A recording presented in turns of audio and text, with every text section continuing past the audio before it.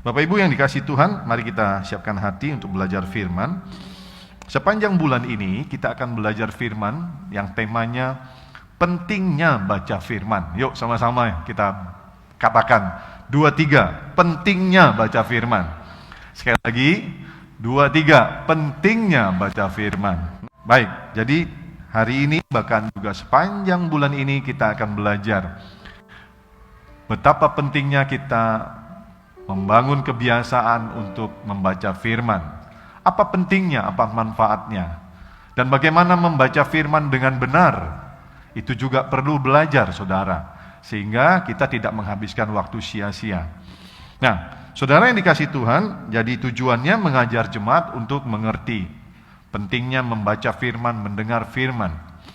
Kita sudah bersyukur karena teknologi di zaman ini memungkinkan kita tidak hanya mendengar firman di gereja setiap kali ibadah, tapi kita bisa melihat firman, mendengar, nonton khotbah ataupun sharing dari hamba-hamba Tuhan. Kalau buka YouTube itu sudah seperti di supermarket. Kita mau dengar siapa hamba Tuhannya, di gereja yang mana. Nah, itu memperkaya kita juga untuk kita bisa memperkaya rohani kita, saudara. Saya sering menggunakan teknologi. Kalau saya suka olahraga, saya suka dengar khotbah dari pendeta-pendeta. Nah, itu sangat bermanfaat. Nah, Bapak Ibu yang dikasihi Tuhan, kita mulai akan melihat belajar sharing hari ini. Kita buka dalam Mazmur 119 ayat 105. Kalau saudara lihat di monitor, saudara, di situ Mazmur tertulis, kata baca sama-sama, yuk 2, 3. Firman-Mu itu pelita bagi kakiku dan terang bagi jalanku. Kata-Mu di sini adalah Tuhan, ini huruf besar. Jadi firman Tuhan itu pelita bagi kaki kita. Ku itu ya saudara dan saya. Firman Tuhan itu pelita bagi kaki kita dan terang bagi jalan kita. Pelita itu seperti lampu kecil, saudara, seperti lilin yang menerangi setiap langkah kita, perjalanan kita, saudara. Dan kemudian dikatakan firman Tuhan itu juga adalah seperti cahaya, saudara, terang bagi setiap jalan kita, saudara. Jadi fungsinya jelas adalah untuk menerangi supaya kita bisa berjalan. Katakan bisa berjalan maju, katakan berjalan maju. Ya, jarang orang kalau jalan mundur, betul ya? Kita biasa berjalan maju, dan setiap kita mau maju, kita butuh yang namanya pelita, terang dan cahaya. Supaya apa? Supaya tidak terantuk, tidak tersandung, supaya tidak tersesat, supaya sampai kepada tujuan. Nah, saudara, firman Tuhan dalam Mazmur ini cukup jelas menurut saya, cukup jelas dalam bahasa Indonesia, tapi juga dijelaskan lebih detail lagi dalam kitab ERV, Easy Reading Version. Bahasa Inggrisnya dikatakan your word ini, word itu kata-kata, perkataan Tuhan yang disebut dengan firman Tuhan. Your word is like a lamp that guides my step. Ya, jadi artinya firman Tuhan itu seperti sebuah lampu yang menuntun, that guides my step, yang menuntun langkah-langkahku. Kemudian di sini a light that shows the path I should take. sebuah cahaya, sebuah terang yang menunjukkan jalan mana atau jalur mana yang harus aku ambil. Saya rasa pengertiannya jelas sekali, bahwa firman Tuhan itu jelas, dia adalah terang yang menuntun langkah-langkah kita, yang mengajari kita jalan mana yang harus kita ambil, yang menuntun kita tindakan apa yang harus kita lakukan di dalam kita menjalani kehidupan ini. Katakan amin, saudara.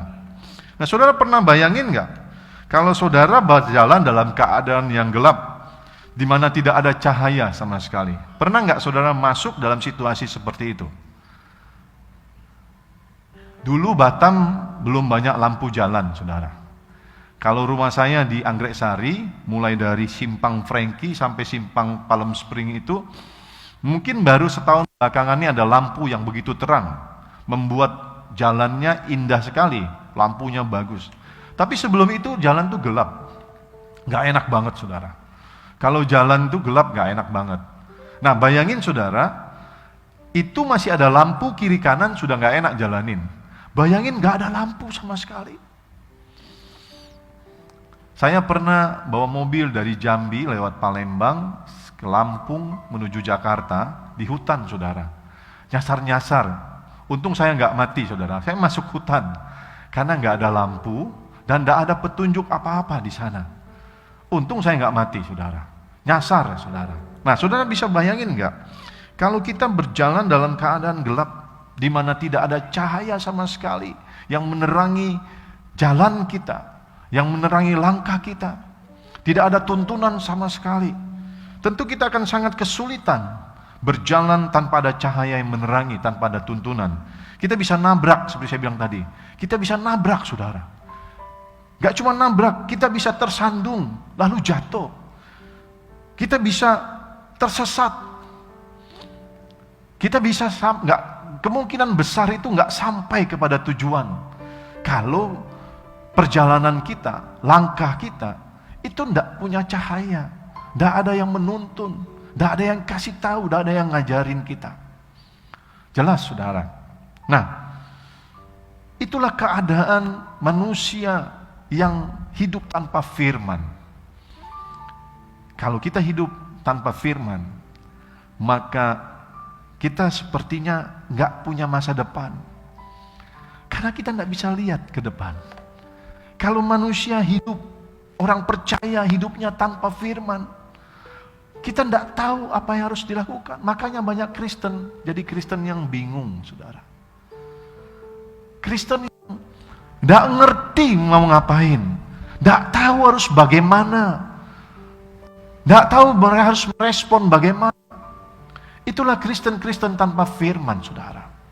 Padahal hidup ini dikatakan adalah sebuah perjalanan. Katakan, hidup ini perjalanan.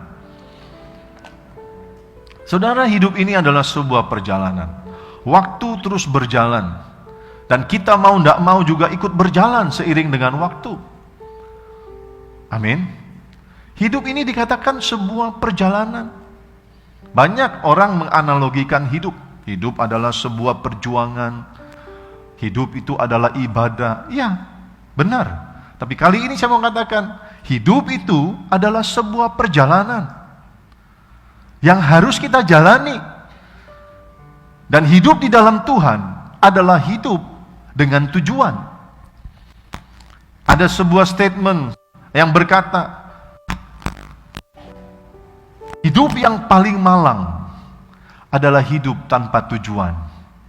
Itu hidup yang paling malang. Kita tidak seperti itu, saudara. Hidup kita adalah sebuah perjalanan dengan tujuan. Katakan, perjalanan dengan tujuan.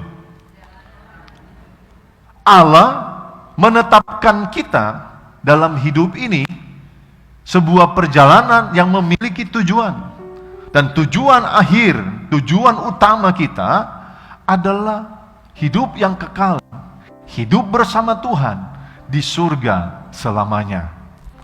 Itu tujuan kita, saudara. Hidup ini ada tujuan. Tujuannya hidup kekal bersama Tuhan di surga selamanya. Saudara yang dikasihi Tuhan, itu ketetapan Allah. Kita ini harus masuk surga. Makanya Allah memakai hamba-hambanya. Saya sebagai gembala, ada gembalaku, ada hamba-hamba Tuhan lain, pengkhotbah, pengajar, penginjil. Makanya Tuhan mengirimkan hamba-hambanya untuk mengingatkan saudara, untuk ngajarin saudara, untuk membimbing saudara, supaya semua jemaat, semua orang Kristen bisa masuk kepada tujuan yang Tuhan tetapkan, yaitu masuk surga. Tuhan tidak mau kita binasa. Dengan kesabarannya, Tuhan terus menuntun kita.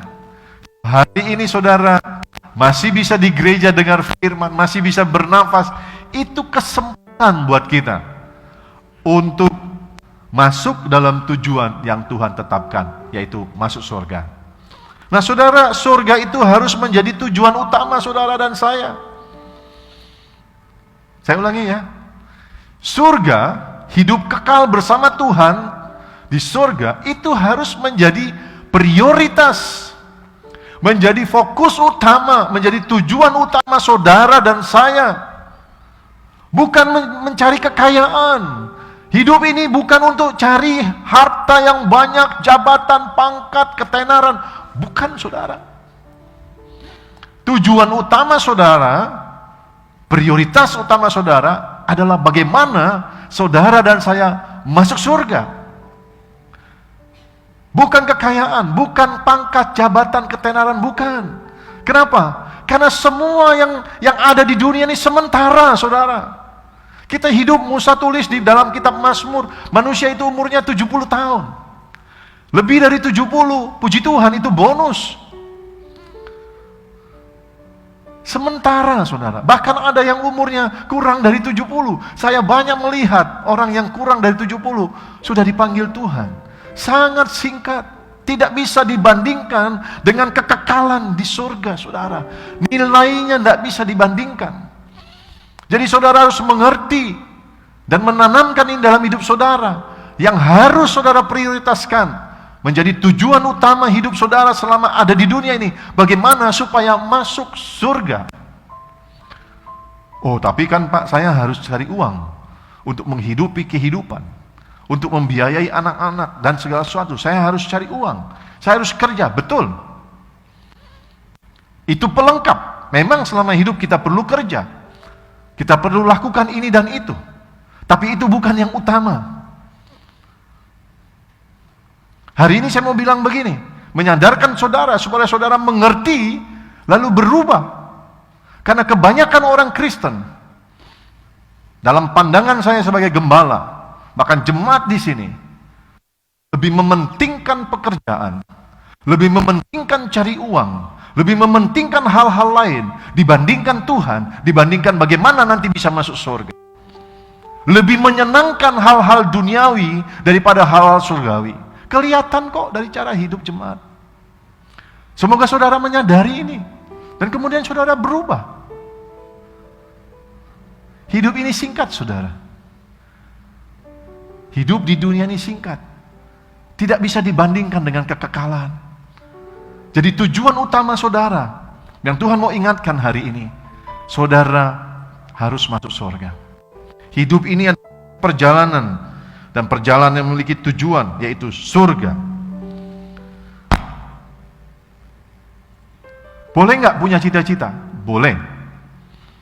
Saya ingin jadi sarjana, Pak. Boleh, bagus. Anak muda. Pak, saya ingin jadi supervisor, manajer, direktur di perusahaan. Boleh. Silakan. Pak, saya ingin punya mobil bagus, rumah gede, uang banyak. Boleh. Boleh. Gak salah. Tetapi itu jangan menjadi prioritas hidupmu.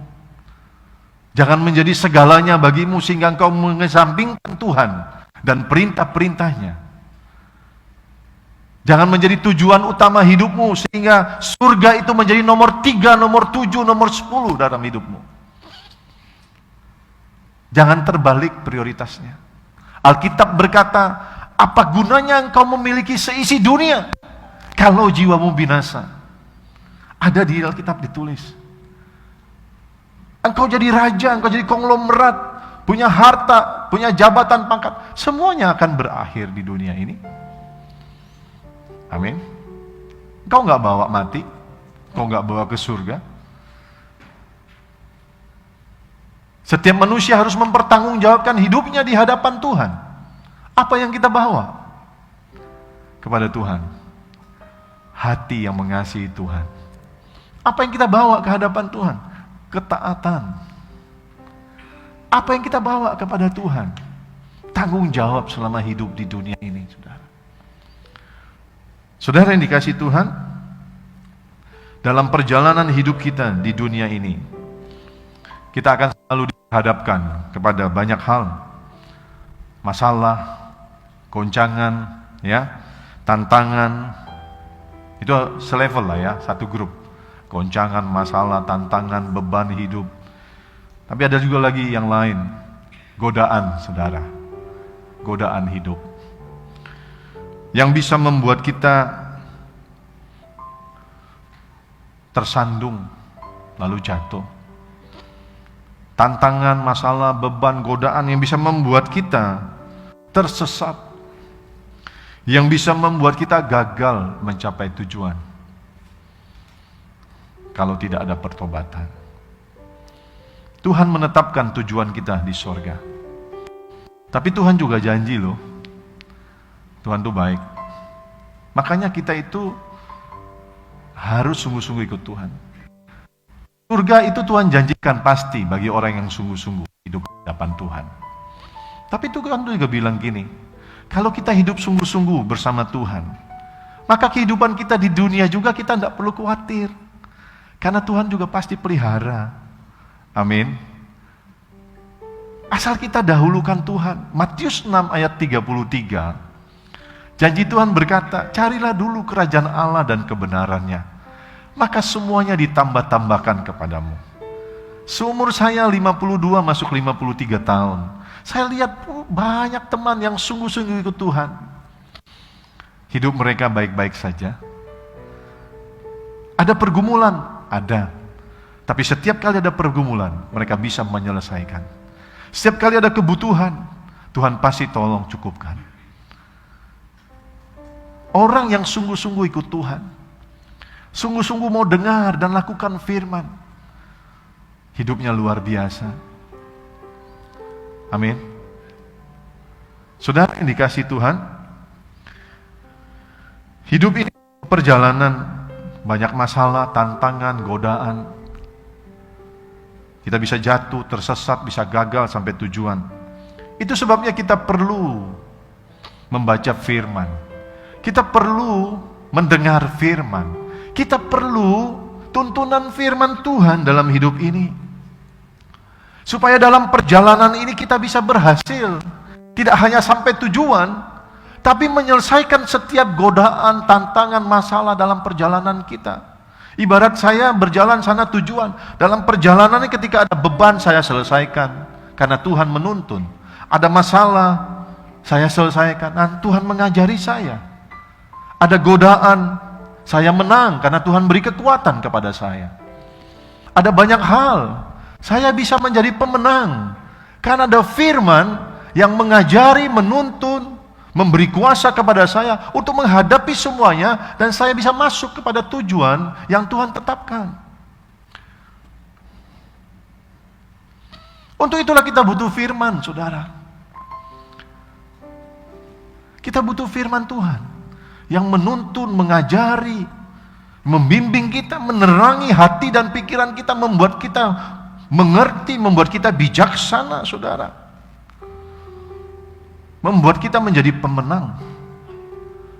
Saudara, tidak hanya menuntun kita dalam menghadapi godaan, masalah, tantangan, beban hidup, tapi firman Tuhan juga terlebih menuntun kita. Firman Tuhan terlebih mengajarin kita bagaimana hidup menurut kehendaknya. Firman Tuhan terlebih mengajari kita bagaimana hidup berkenan di hadapan Tuhan. Firman Tuhan mengajari kita bagaimana kita tahu apa yang baik dan tidak baik, apa yang boleh dan tidak boleh, apa yang Tuhan suka dan tidak suka. Jadi fokus kita jangan cuma di masalah, Tapi yang terlebih adalah bagaimana hidup kita berkenan di hadapan Tuhan.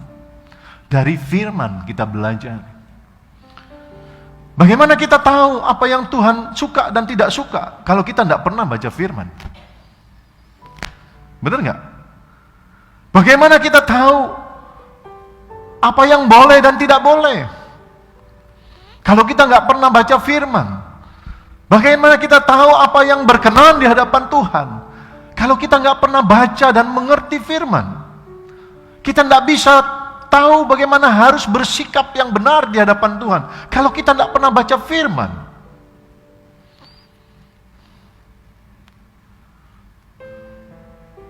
Saudara, Tuhan memberikan firman-Nya untuk menerangi hati dan pikiran kita, untuk mengajari, menuntun kita, sehingga di dalam segala aspek kehidupan ini kita tahu apa yang harus kita lakukan. Kita tahu bagaimana kita harus bersikap di hadapan Tuhan. Firman Tuhan mengajari kita dalam berbagai aspek hidup. Bagaimana kita harus bersikap sebagai seorang ayah, sebagai seorang suami yang baik, sebagai istri, sebagai ibu yang baik. Firman Tuhan ngajarin, saudara. Firman Tuhan ngajari kepada anak-anak muda bagaimana hidup yang benar di hadapan Tuhan. Firman Tuhan ngajarin bagaimana berdoa yang benar di hadapan Tuhan. Firman Tuhan ngajarin kita bagaimana kita bisa hidup diberkati, menuai berkat Tuhan. Firman Tuhan ngajari kita apa yang harus kita lakukan ketika kita dikecewakan, ketika kita disakiti oleh orang lain. Firman Tuhan ngajari. Firman Tuhan mengajarkan kita ketika kita dalam keadaan sulit, tersesat, apa yang harus kita lakukan. Semua diajari oleh Tuhan. Bahkan di tengah-tengah keadaan ekonomi yang sedang krisis hari-hari ini, kalau saudara baca firman, aku akan melihat jalan keluar yang Tuhan berikan. Masalahnya kita baca atau enggak? Masalahnya kita ngerasa perlu atau enggak baca firman? Ini masalahnya. Saudara, akan terlihat dari kehidupannya. Orang Kristen itu baca firman atau enggak, akan kelihatan dari kehidupannya. Kelihatan, saudara. Orang yang suka baca firman, itu ada buahnya, saudara. Orang yang suka baca firman, ada hasilnya. Kelihatan. Orang yang suka baca firman akan lebih sungguh-sungguh dalam mengikuti Tuhan. Orang yang suka baca firman akan kelihatan lebih sungguh-sungguh dalam melayani. Orang yang suka baca firman, merenungkan dan mempercayainya, akan kelihatan dia lebih bijaksana dalam hidupnya, dalam perkataan, dalam respon dari sikapnya. Dia akan lebih berhikmat dalam menghadapi persoalan-persoalan hidupnya. Dia akan lebih tenang sekalipun dia menghadapi goncangan hidupnya. Kelihatan, saudara, orang yang suka baca firman sama yang nggak baca firman. Pelayan-pelayan Tuhan ini saya tahu nih yang nggak baca firman yang mana. Kelihatan dari cara melayani. Jemaat yang suka baca firman sama enggak, kelihatan.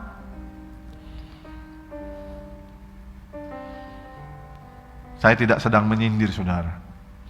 Saya sedang mengingatkan saudara betapa pentingnya baca firman.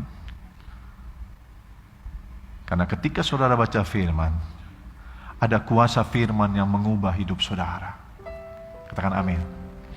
Ketika saudara baca firman, perhatikan, bacanya bukan, ya karena kan Pak Ferry suruh. Berapa pasal Pak satu hari? 3 pasal, kebut. 5 menit selesai. Bukan kayak gitu, saudara. Baca firman itu dimulai dari kesadaran. Katakan dimulai dari kesadaran. Ya, hari ini saudara diajar untuk membuka pikiran, membuat saudara sadar betapa pentingnya firman Tuhan. Lalu diajari bagaimana membaca atau mendengar firman yang benar. Ya, firman Tuhan berkata, berbahagia orang yang mendengar, yang membaca, yang nonton. yang mendengar firman, membaca, menonton, menyimpan dalam hatinya, merenungkannya, memperkatakannya, dan melakukannya. Itu benar, saudara. Dimulai dari kesadaran, saya memang butuh firman. Tanpa firman saya tidak bisa hidup. Tanpa firman saya tidak tahu apa-apa. Tanpa firman saya tidak punya masa depan. Tanpa firman saya akan jadi Kristen yang bodoh, Kristen yang bingung. Tanpa firman saya nggak mungkin sampai kepada tujuan. Harus punya kesadaran ini. Saya perlu firman supaya saya berhikmat, supaya saya tahu bagaimana menghadapi masalah, keadaan, supaya saya tahu kemana saya melangkah, supaya saya tahu bagaimana saya hidup berkenan di hadapan Tuhan, bagaimana saya bisa sampai kepada tujuan, bagaimana saya bisa mendapati, menikmati janji-janji Tuhan. Saya butuh firman. Saudara memiliki kesadaran, pengertian seperti ini, kalau saudara mulai membangun kebiasaan baca firman. Tidak usah banyak-banyak, siapkan waktu setengah jam saja dalam satu hari. Saudara bisa baca pagi, istri saya biasa baca pagi. Saya biasa bacanya malam, saudara. Jam 10 malam, makanya kalau jemaat di sini suka dapat share dari saya tuh malam, jam 11, jam 12. Saya baca malam, saudara.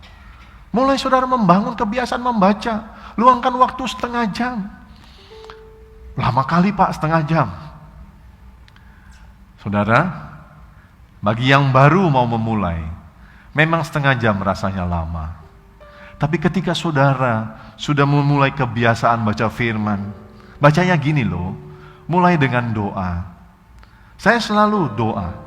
Firman Tuhan dalam kitab Yakobus berkata, kalau kamu butuh hikmat, mintalah hikmat daripada Tuhan, dan Dia akan memberikan kepadamu. Bahkan dikatakan firman itu sendiri adalah sumber hikmat.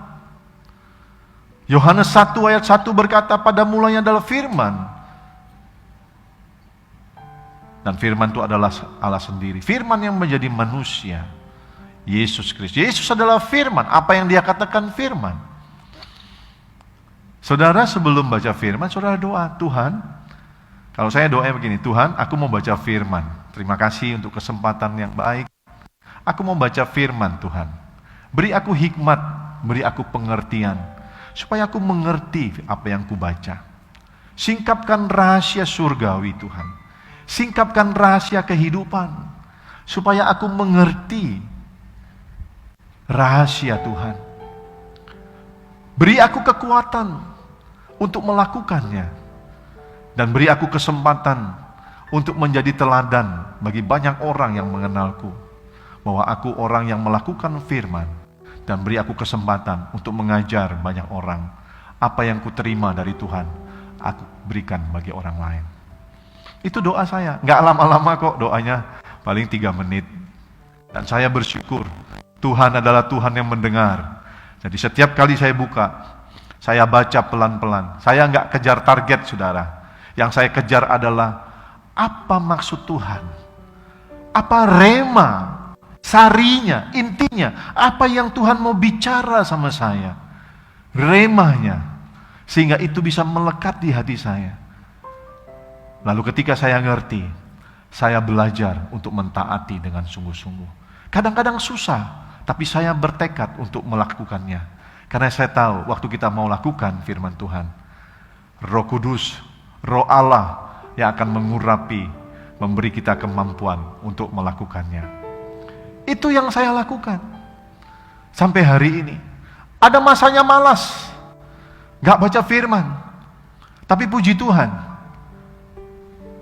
Roh Kudus mengingatkan, kamu butuh firman. Tanpa firman kamu tidak bisa apa-apa. Tanpa firman kamu tidak punya masa depan. Tanpa firman kamu seperti orang bodoh. Tanpa firman kita tidak bisa hidup menang. Sehingga saya akhirnya kembali kepada kesadaran, saya butuh firman. Lalu saya mulai baca firman. Dan ketika kita mulai baca, kita menikmati rema setengah jam itu, saudara, gak cukup.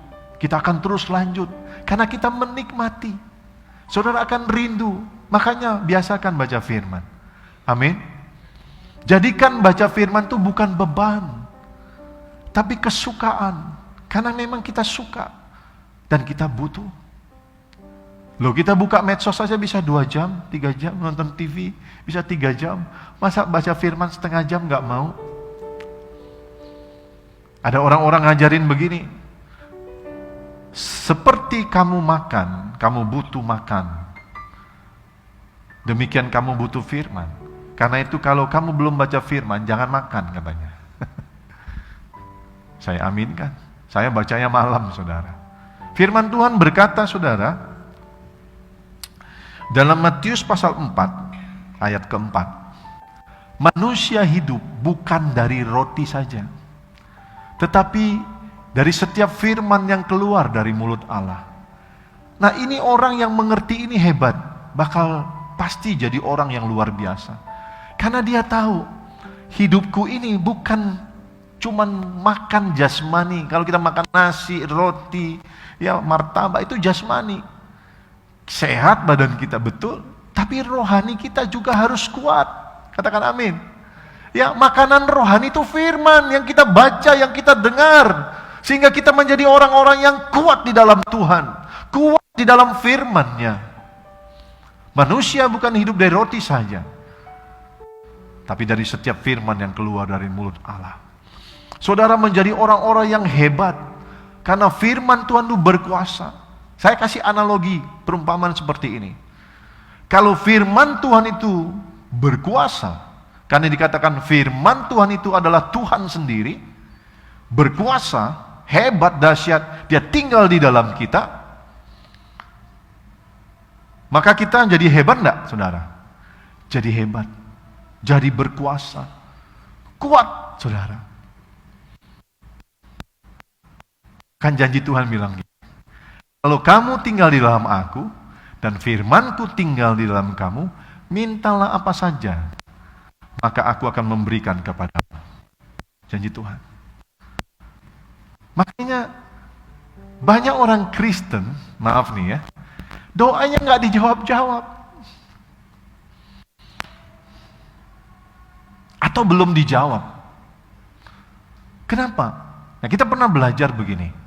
Saya kemarin diskusi sama istri saya di mobil. Mengapa orang Kristen doanya belum dijawab atau tidak dijawab Tuhan? Pertama, karena dia masih hidup dalam dosa. Dosa memisahkan kita dari Tuhan. Yesaya pasal 59 ayat 1 berkata begini, bukan tangan Tuhan kurang panjang untuk menolong, bukan telinga Tuhan kurang tajam untuk mendengar doa dan permohonanmu, tetapi yang menjadi pemisah antara engkau dan Tuhan adalah semua kejahatan atau semua dosamu. Ketika kita berdosa, doa kita tuh terhalang, tidak sampai kepada Tuhan. Makanya cukup banyak orang Kristen berdoa, doanya tidak dijawab-jawab, saudara. Kenapa? Karena dia masih berdosa. Dia tidak mau bertobat. Tuh. Kedua, dia tidak siap diberkati. Dia hanya jadi orang Kristen yang egois, yang cuma mikirin dirinya sendiri. Tuhan tolong, Tuhan berkati, tolong aku Tuhan berkati. Ini banyak sekali permintaannya. Begitu banyak permintaan, cuman buat diri sendiri. Tapi dia tidak pernah menyadari bahwa dia ada di dunia ini untuk melayani Tuhan, untuk menyenangkan hati Tuhan. Bahwa hidupnya sudah ditebus oleh Tuhan, dia milik Tuhan. Hidupnya untuk Tuhan. Tapi orang ini cuman mikirin dirinya sendiri. Dia nggak pernah mau baca firman. Kalau ibadah hanya formalitas saja. Dia nggak pernah peduli dengan apa yang Tuhan mau. Dia hanya peduli dengan apa yang dia mau. Dia minta, dan minta, dan minta. Makanya Tuhan nggak mau sama orang-orang seperti itu. Tuhan nggak suka. Nggak dijawab doanya, saudara. Barulah yang ketiga. Ada orang-orang Kristen yang hidupnya sungguh-sungguh ikut Tuhan. Dia berdoa. Tuhan belum jawab. Kenapa? Karena Tuhan menunggu waktu yang paling tepat. Tuhan sedang memproses dia. Tuhan sedang melatih dia untuk lebih bersabar, untuk bisa lebih kuat menantikan Tuhan. Tuhan sedang mengajari dia untuk bersyukur kepada Tuhan. Tuhan sedang mengajari dia untuk belajar menantikan Tuhan, untuk belajar mengandalkan Tuhan. Tuhan sedang mempersiapkan berkat yang lebih besar buat orang ini. Sampai waktunya dia akan diberkati, doanya dijawab. Bahkan lebih dari yang dapat dia doakan dan minta, Tuhan berikan kepadanya. Firman Tuhan berkata, bagi dia yang dapat melakukan jauh lebih besar. Saya suka ucapkan itu. Bagimu Tuhan yang dapat melakukan jauh lebih besar, lebih hebat, lebih dahsyat dari yang dapat aku pikirkan dan doakan. Tapi untuk bisa berkata seperti ini, kita ini kan harus siapkan diri kita di hadapan Tuhan untuk menerima berkat itu. Ya, saudara bayangin, hidup gak benar sama Tuhan, bikin dosa, gak peduli sama Tuhan, cuma datang minta-minta sama Tuhan. Kira-kira yang begini dijawab gak doanya? No, mimpi loh, gak nyambung. Tuhan adalah Tuhan yang ingin memberkati kita anak-anaknya. Kerinduan Tuhan paling dalam adalah memberkati. Hati Tuhan itu jauh lebih besar, lebih mengasihi kita, karena Dia Bapa yang baik. Kita aja dengan anak-anak kita ingin berikan lebih dan lebih, apalagi Tuhan. Tuhan ingin memberkati, memulihkan, menolong, menyembuhkan kita. Tapi seringkali kita mempermainkan kemurahan Tuhan. Kita mempermainkan kemurahan Tuhan. Kita menganggap remeh kasih anugerah Tuhan. Kita nggak sungguh-sungguh ikut Tuhan. Kita main-main sama Tuhan. Kita nggak pernah mikirin Tuhan senang atau enggak. Kita cuma mikirin diri kita sendiri. Yang begini saudara harus bertobat. Bertobat saudara, supaya doamu dijawab. Saudara yang dikasihi Tuhan, salah satu cara untuk kita menunjukkan betul kita mengasihi Tuhan adalah kita baca firman. Yohanes 1 ayat 1 berkata, pada mulai firman bersama-sama dengan Allah, dan firman itu adalah Allah. Kalau kita mengasihi Tuhan, pasti kita merindukan Dia. Pasti kita ingin dekat sama Tuhan. Betul nggak? Pasti kita ingin bergaul sama Tuhan. Pasti kita ingin kenal lebih jauh lagi Tuhan. Saya percaya di sini yang sudah dewasa pernah jatuh cinta. Pernah ketemu baik suami, istri yang sekarang ada bersama saudara. Pasti saudara pernah mengalami jatuh cinta kepada Tuhan. Nah, kalau saudara jatuh cinta, pasti saudara ingin ketemu, ingin lama bersama orang yang saudara cintai, orang yang saudara kasihi. Betul nggak? Saudara ingin selamanya bersama Dia, ingin dekat, ingin kenal Dia lebih dalam lagi. Itu ekspresi orang jatuh cinta, saudara. Cari, pingin dekat, pingin menyenangkan orang yang kita cintai, pingin sharing, pingin dengar dia mau ngomong apa. Bahkan saudara juga ingin menyampaikan isi hati saudara kepada Dia yang saudara kasih. Dan demikian juga dengan Tuhan. Kalau saudara berkata, aku mengasihi Tuhan, saudara pasti suka baca firman. Karena dikatakan firman itu adalah wujud Allah sendiri. Saudara pasti suka cari firman, pasti suka baca firman, pasti suka bersekutu dengan Tuhan melalui firman. Saudara ingin dengar Tuhan ngomong apa, dan kemudian saudara masuk dalam doa, memuji, menyembah Tuhan. Mengekspresikan kasih saudara kepada Tuhan. Hidup intim dengan Tuhan. Sekarang coba lihat hidupmu. Saya nggak menghakimi saudara. Sebagai gembala, sebagai hamba Tuhan, saya mengingatkan saudara, melalui apa yang disampaikan hari ini. Supaya saudara betul merubah hidup saudara seturut kehendaknya.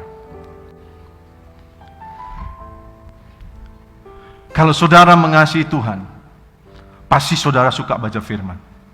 Coba lihat kehidupan saudara. Kalau saudara bilang saudara mengasihi Tuhan, tapi saudara nggak suka baca firman, nggak seminggu sekali, nggak sebulan sekali, saudara merasa nggak perlu, nggak punya waktu, nggak suka, saudara sedang membohongi diri saudara sendiri. Saudara nggak cinta Tuhan kok. Saudara cuma cinta dirimu sendiri. Beda saudara. Orang yang mengasihi Tuhan, salah satu wujud kasihnya, dia baca firman. Semakin saudara baca firman, saudara makin mengenal Tuhan. Saudara akan semakin cinta sama Tuhan. Saudara semakin mengasihi Tuhan. Saudara semakin kagum sama Tuhan. Dan dengan cinta, semakin kagum, semakin percaya sama Tuhan, saudara akan semakin sungguh-sungguh. Saudara akan semakin taat sama Tuhan. Karena saudara tahu firman-Nya ya dan amin. Firman itu mengubah hidup kita. Makanya orang Kristen tidak pernah berubah ikut Tuhan. 1 tahun, 2 tahun, 10 tahun seumur hidupnya Kristen, hidupnya tidak berubah. Kenapa? Tidak baca firman. Koreksi saya kalau saudara bisa berdebat dengan saya nggak baca firman, bertumbuh rohani saya. Nonsen saudara. Anak sekolah minggu aja ada nyanyinya kok. Nyanyi kita Pak. Ikutin gerak saya ya. Ini kalau sudah gini kita nggak suka baca firman, malu sama anak sekolah minggu. Amin. Ya. Ayo Pak Ben. Ikut saya. Baca kitab suci, doa tiap hari, doa tiap hari, doa tiap hari. Baca kitab suci, doa tiap hari kalau mau tumbuh. Kalau mau tumbuh, kalau mau baca kitab suci, doa tiap hari kalau mau tumbuh. Tepuk tangan buat Tuhan. Silakan duduk saudara. Anak kecil dari kecil sudah diajari baca firman, supaya rohaninya bertumbuh. Karena kalau dia semakin mengenal Tuhan melalui pembacaan firman, rohaninya bertumbuh. Dia semakin mengasihi Tuhan, semakin takut Tuhan. Dia mengerti apa yang harus dia lakukan dalam hidup ini. Dia tahu apa yang harus dia lakukan ketika dia sedang menghadapi masalah, pergumulan. Dia tahu bagaimana harus bersikap mengikut Tuhan. Dari kecil diajarin. Orang yang bergaul dengan firman, perhatikan saya. Bapak Ibu yang dikasihi Tuhan, orang yang baca firman, perhatikan saya, itu akan lebih bijaksana, lebih berhikmat, lebih kuat, lebih tenang, lebih sukacita, lebih mampu dalam menjalani hidup dengan segala persoalan, dengan segala goncangan dan masalah. Karena itu baca firman. Amin. Coba kasih tahu kiri kanan. Kamu harus baca firman, bilang. Tiap hari. Tiap hari ya. Baca kitab suci, doa tiap hari, doa tiap hari, doa tiap hari. Baca kitab suci, doa tiap hari kalau mau tumbuh. Paksain saudara. Alkitab berkata, nah saya selalu mengutip Alkitab. Karena apa yang saya sampaikan itu harus based on Bible, berdasarkan Alkitab atau disebut Alkitabiah. Saudara punya gembala dan saudara percaya kepada apa yang disampaikan gembala, itu bagus. Saudara percaya kepada pengkhotbah-pengkhotbah, itu bagus. Karena mereka adalah orang-orang yang dipilih dan diutus Tuhan, diberikan untuk menuntun, mengajar, menggembalakan saudara. Tetapi Saudara harus baca firman. Supaya apa? Saudara mensinkronkan apa yang disampaikan oleh hamba Tuhan itu, atau oleh gembalaku, apa yang dia firmankan, apa yang dia khotbahkan, harus alkitabiah. Artinya sesuai dengan firman. Dan saudara harus baca firman itu. Sehingga kalau ada pengkhotbah yang khotbah, oh saudara ingat, oh ini benar ada di Alkitab. Oh ini tidak benar. Dari apa yang saya baca dan pelajari, ini tidak benar. Sehingga saudara tidak menjadi orang Kristen yang gampang disesatkan. Seperti kambing yang dibawa ke sana kemari. Bukan. Saudara bukan menjadi Kristen yang gampang disesatkan, diombang-ambingkan oleh berbagai-bagai pengajaran. Paulus mengingatkan, jadilah Kristen yang pintar. Belajar, baca firman. Saya baca, saudara. Saya sekolah Alkitab. Saya tidak bilang saya sudah pintar, tidak. Saya baca, dan saya akan terus baca untuk semakin membuat saya mengerti, mengenal firman Tuhan.